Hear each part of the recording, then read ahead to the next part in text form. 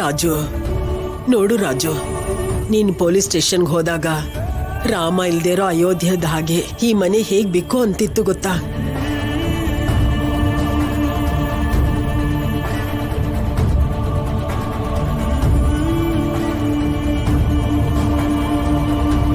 ಒಂದ್ ನಗು ಇಲ್ಲ, ಒಬ್ರು ಕೂಡ ಒಂದ್ ತುತ್ತು ತಿಂತ ಇರ್ಲಿಲ್ಲ.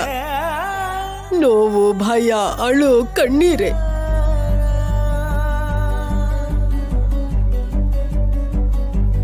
ಒಬ್ರಲ್ಲ, ಇಬ್ರು ಹೆಣ್ಮಕ್ಳು ಮದ್ವೆ ನಡೆಯೋ ಮನೆ ಕಣೋ ಇದು. ಹೀಗಿರುತ್ತಾ? ಹೇಗಿರ್ಬೇಕೋ?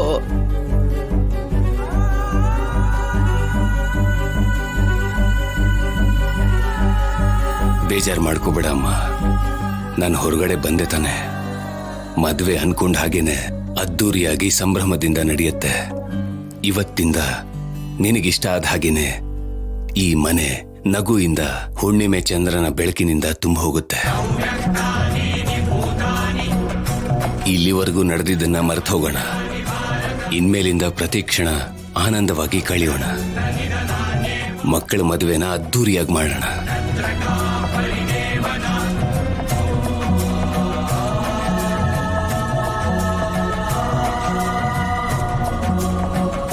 ಭಾವನವ್ರೆ, ನೀವೇನು ಮಾತಾಡ್ತಾನೆ ಇಲ್ವಲ್ಲ? ಆಗ್ಲಿ ಭಾವನವ್ರೆ, ಹಾಗೆ ಮಾಡೋಣ. ಸ್ವಲ್ಪ ಖುಷಿಯಾಗೂ ಹೇಳ್ಬೋದಲ್ಲ ಅದನ್ನ?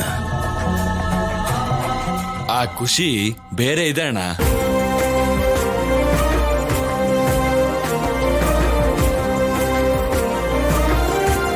ನೋಡ್ಕೊಳ್ಳೋದಕ್ಕೆ ನೀವಿದ್ದೀರಲ್ಲ. ನೀವು ನೋಡ್ಕೊಳ್ಳಿ ಅಂದ್ರೆ ನೋಡ್ಕೋತೀನಿ ಭಾವನವ್ರೆ. ಅಷ್ಟೇ ಎಲ್ರು ಹ್ಯಾಪಿಯಿಂದ ನಕ್ಕ ಸಂತೋಷದಿಂದ ಮಾಡೋಣ. ಏನ್ ಅಷ್ಟೇ ಮಾಡೋಣ ಭಾವನವ್ರೆ.